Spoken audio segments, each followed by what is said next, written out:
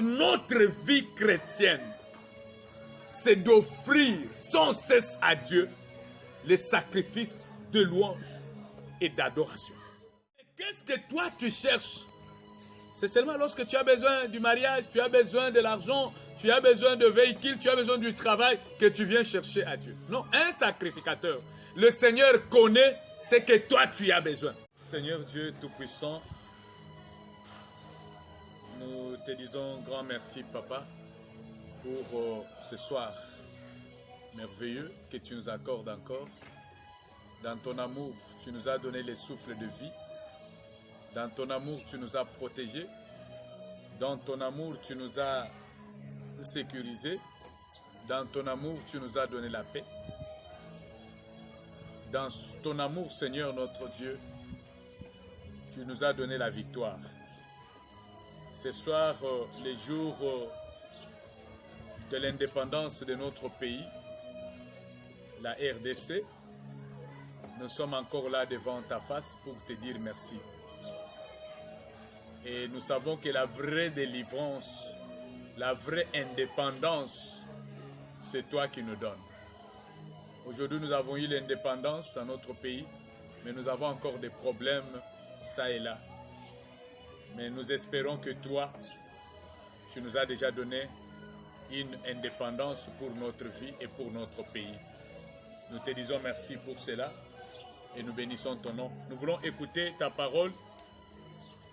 Conduis-nous, Seigneur, dans le peu de temps que nous parlons de toi, afin de nous inspirer et que cette parole puisse nous éclairer et nous aider à marcher droitement dans ton chemin pour que nous ne soyons pas déroutés. Te disons merci pour cela. Au nom de Jésus-Christ, nous avons ainsi prié. Amen. Que le Seigneur vous bénisse, le peuple de Dieu, pour cet enseignement. Et je sais que cet enseignement que nous sommes en train de suivre, c'est vraiment l'enseignement de fondation pour notre vie chrétienne. Il y a des choses parfois que nous ne connaissons pas et que l'ennemi est en train de nous cribler parce que nous ne nous connaissons pas et nous ne connaissons jamais à qui nous avons cru. Mais si nous connaissons ce que le Seigneur a fait de nous, je pense que mi pepe koki koya, bambonge koki koya, mais nous avons toujours nos deux pieds sur terre parce que le Seigneur est toujours avec nous. Nous étions en train de parler des tabernacles et depuis le dimanche, nous avons commencé et nous sommes entrés à l'intérieur du tabernacle pour trouver le premier élément qui est l'autel de parfum. Nous avons bien expliqué l'autel de parfum. Pour ne pas trop reculer, nous avions dit que l'autel de parfum représente le ministère de l'intercession que Christ exerce au ciel en faveur de son Église. Donc l'autel de parfum que nous trouvons ici dans le tabernacle représente le ministère de l'intercession que Christ exerce au ciel pour son Église. C'est en même temps l'intercession, l'adoration, les actions de grâce que nous avons toujours rendues à Dieu pour son amour. C'est ça l'autel de parfum. C'est là où nous élevons nos regards vers Dieu, nous l'adorons, nous intercédons, nous les louons. Et cet élément ici, qui est l'autel de parfum, était placé au milieu. C'est ce que nous allons parler aujourd'hui. Lorsque vous entrez dans le tabernacle, quand bien même nous commençons avec cet élément dans le tabernacle, mais n'était pas placé à la porte. Mais l'autel de parfum dans le tabernacle est placé au milieu du tabernacle, dans la maison là, au milieu. Nous avons dit que le tabernacle, c'est l'image prophétique de l'Église. Et comme l'autel de parfum était classé au milieu du tabernacle, c'est ainsi que l'intercession de Christ occupe le place du milieu dans la vie d'un enfant de Dieu. Et si nous pouvons dire que nous sommes le temple du Seigneur, alors en nous maintenant, cette intercession de Jésus-Christ de Nazareth doit prendre la place dans notre vie spirituelle. Donc, un enfant de Dieu qui se dit enfant de Dieu, qui n'intercède pas, qui n'adore pas, qui ne rend pas des actions de grâce et qui ne loue pas Dieu, qui ne donne pas au Seigneur la place importante dans sa vie spirituelle, c'est qu'il est en train de se conduire lui-même. Alors, l'autel de parfum était placé au milieu, au centre du lieu très saint, du lieu saint, au centre du lieu saint. C'est là qu'était placé l'autel de parfum. Au centre de notre vie spirituelle, nous devons placer l'intercession, l'adoration, la louange de notre Seigneur Jésus-Christ. Cette intercession doit occuper la place importante dans notre vie spirituelle. Alors, nous allons lire quelques versets, mais avant de lire ces deux versets ici, nous allons dire que par l'intermédiaire de Jésus-Christ et son sacrifice, parce qu'ici, lorsqu'on parle de l'intercession de Jésus-Christ de Nazareth, nous voyons son sacrifice, les louanges et l'adoration de croyants sacrificateurs. Nous voyons d'abord le sacrifice de Jésus. Lorsque nous parlons de l'intercession de notre Seigneur Jésus, parce que la Bible dit que Jésus-Christ est à la droite du Père, en train d'intercéder pour son Église. Ça veut dire que l'intercession, nous avons dit, occupe la place la plus importante dans la vie d'un chrétien. C'est pourquoi l'intercession, l'autel de parfum était placé au milieu du lieu saint. Et là, lorsque nous parlons de l'intercession de Jésus-Christ, c'est par son intermédiaire que s'élèvent à Dieu nos prières. L'intermédiaire de Jésus-Christ, Jésus est ici, nos prières s'élèvent à lui. Nos actions de grâce, notre adoration, c'est-à-dire, c'est le sacrifice de louange, c'est le sacrifice d'adoration du croyant sacrificateur. Je vais dire quoi par là? Je veux dire que tout chrétien, tout croyant, c'est un sacrificateur. Tout chrétien est un sacrificateur. Aujourd'hui, il y a un problème. Il y a une catégorie de gens qu'on appelle des sacrificateurs. Et les autres, vous vous écartez de cette fonction-là. Mais je vais vous dire ce soir que tous les chrétiens sont des sacrificateurs. Dans notre vie, nous sommes des sacrificateurs qui doivent rendre des sacrifices à Dieu. Mais quel sacrifice que nous devons rendre à Dieu? C'est le sacrifice de louange, c'est le sacrifice d'adoration. Toi, croyant sacrificateur, tu dois rendre des sacrifices à Dieu, de louange et d'adoration. Amen. C'est comme ça que l'autel de parfum était placé au milieu du lieu saint. Alors, dans notre vie chrétienne, il est placé cet autel de parfum, qui est l'intercession de notre Seigneur Jésus-Christ. où nous, en tant que sacrificateurs, nous devons rendre des sacrifices à Dieu qui sont des sacrifices de louange et d'adoration. Nous sommes dans Hébreux chapitre 13, le verset 15. Hébreux chapitre 13. Par lui, offrons sans cesse à Dieu un sacrifice de louange, c'est-à-dire les fruits des lèvres qui confessent son nom. Par lui, Nanzela Naye, offrons sans cesse. Donc notre vie chrétienne, c'est d'offrir sans cesse à Dieu les sacrifices de louange et d'adoration. Ce n'est pas seulement au moment où nous avons des problèmes que nous nous approchons maintenant de Dieu pour commencer à lui exposer nos problèmes. Mais la vie d'un sacrificateur, c'est de rendre des sacrifices à Dieu. Les sacrifices que je te demande, c'est la louange et l'adoration. Tous les jours, tu te réveilles le matin, tu adores le Seigneur, tu les loues. Seigneur, tu es bon, tu es merveilleux, tu es digne de louange. Parce que tu ne sais pas. Mais ils ne se sont pas réveillés. Mais toi, tu dors, tu te réveilles. Ce n'est pas par ta propre force.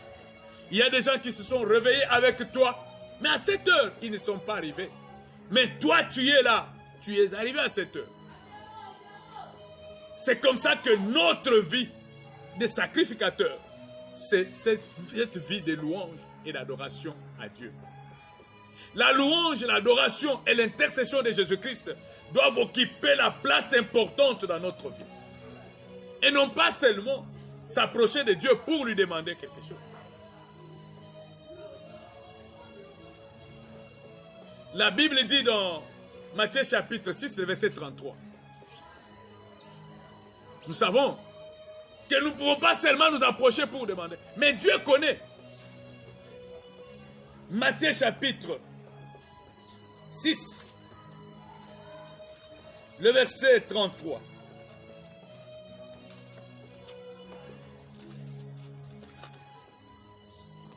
Matthieu chapitre 6, le verset 33. Cherchez premièrement le royaume et la justice de Dieu. Et toutes ces choses vous seront données par-dessus. Mais qu'est-ce que toi tu cherches? C'est seulement lorsque tu as besoin du mariage, tu as besoin de l'argent, tu as besoin de véhicules, tu as besoin du travail que tu viens chercher à Dieu. Non, un sacrificateur, le Seigneur connaît ce que toi tu as besoin. Mais qu'est-ce qu'il cherche à nous? C'est un sacrifice de louange, un sacrifice d'adoration qui doit s'accorder avec l'intercession de Jésus-Christ. Car la Bible dit, Jésus est déjà là, en train d'intercéder pour nous. Pour ton problème là, Jésus est en train d'intercéder. Pour ta situation, Jésus est en train d'intercéder. Tu es malade, il y a quelqu'un qui intercède pour toi. Tu as des difficultés quelconques, mais il y a quelqu'un déjà qui intercède pour toi. Mais il faut que le sacrifice que toi tu fais puisse rencontrer cette intercession de Jésus qu'il fait tous les jours. Quel sacrifice d'un croyant sacrificateur? C'est le sacrifice de louange et d'adoration que le Seigneur cherche à nous. Apocalypse chapitre 8. Ange vint et il s'éteint sur l'autel, ayant un encensoir d'or. On lui donna beaucoup de parfums, afin qu'il les offrît avec les prières de tous les saints sur l'autel d'or qui est devant le trône. La fumée de parfum monta avec les prières des saints de la main de l'ange devant Dieu. Et chaque jour, il y a un ange qui vient chercher notre prière. Cet ange se tient toujours devant les chrétiens, devant les sacrificateurs, avec les coupes de parfum d'eau. Et il vient chercher les prières de saints, afin de les amener avec ce parfum auprès de notre Dieu. Même ceux qui priaient, Nabi Suezala qui Yakobe Bandengeni, et que cet ange, avec ses parfums, a rendre cette prière merveilleuse et efficace devant Dieu. Mais l'ange qui s'éteint devant nous tous les jours, c'est cet ange, Jésus-Christ de Nazareth, qui est déjà à la droite du Père, en train d'intercéder pour nous. Et quand il intercède, il a besoin de ces sacrifices de louange. Il a besoin de ces sacrifices d'adoration dans notre vie, tous les jours, afin d'amener ces sacrifices auprès du Père. Et lorsque toi, tu ne pries pas, tu te fais toi-même du mal. La prière, ce n'est pas lorsque nous avons des problèmes. La prière, ce n'est pas lorsque nous sommes malades. La prière, ce n'est pas seulement au moment où nous avons telle ou telle difficulté. Mais la prière, c'est tous les jours. Nous n'avons pas à demander au Seigneur que parce que nous sommes malades, guéris-nous. Mais la Bible nous dit dans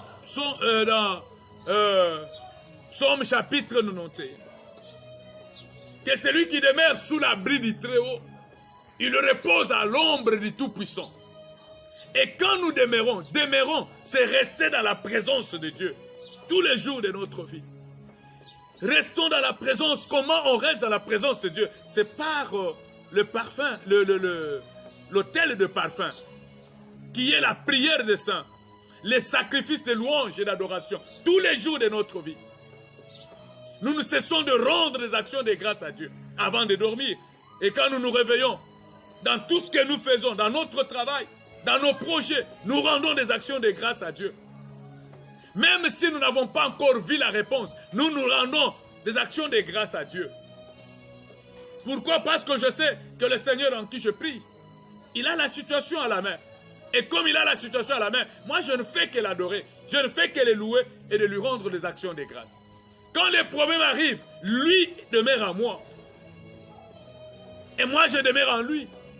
Et lorsqu'il y a un problème, il s'en occupe. C'est pourquoi Psaume 91 nous dit, celui qui demeure sous l'abri du Très-Haut, il repose à l'ombre du Tout-Puissant. Et lorsque nous reposons à l'ombre du Tout-Puissant, c'est ça même la construction du tabernacle. Nous avons vu les planches. Et les planches qui étaient nous. Et nous avons vu les tentures. Et qui étaient la couverture qui couvrait les planches. Ça, c'est le rôle de notre Seigneur. Ça, c'est le rôle de notre Dieu.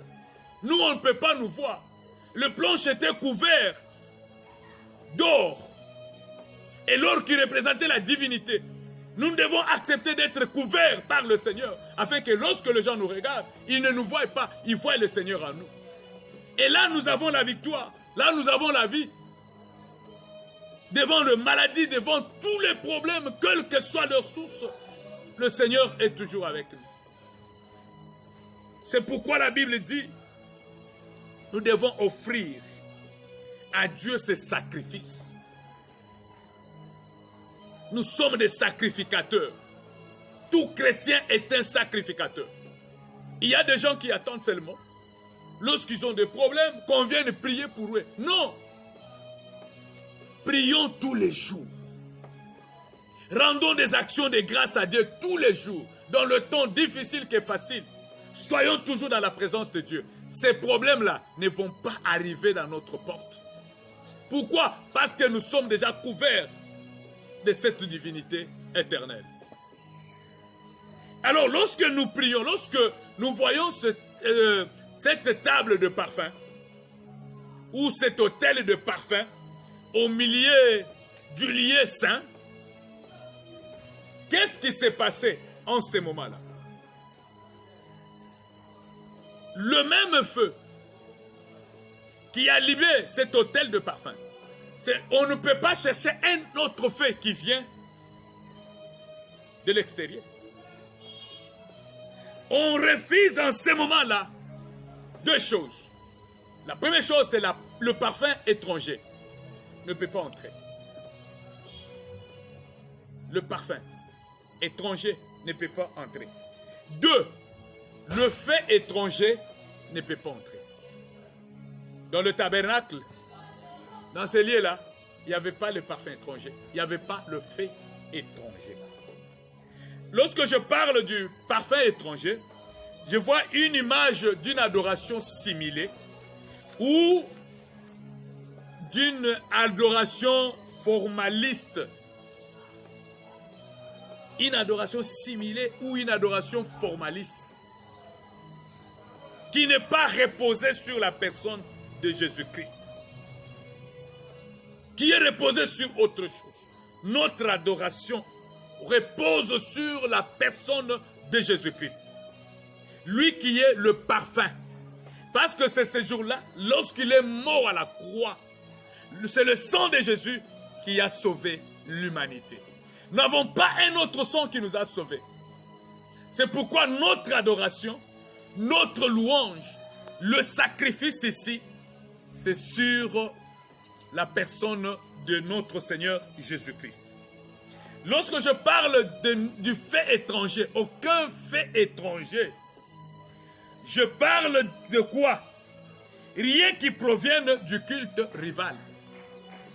Le culte qui n'est pas spirituel de Jésus-Christ, mais un culte rival. Les choses qui ne viennent pas de Dieu.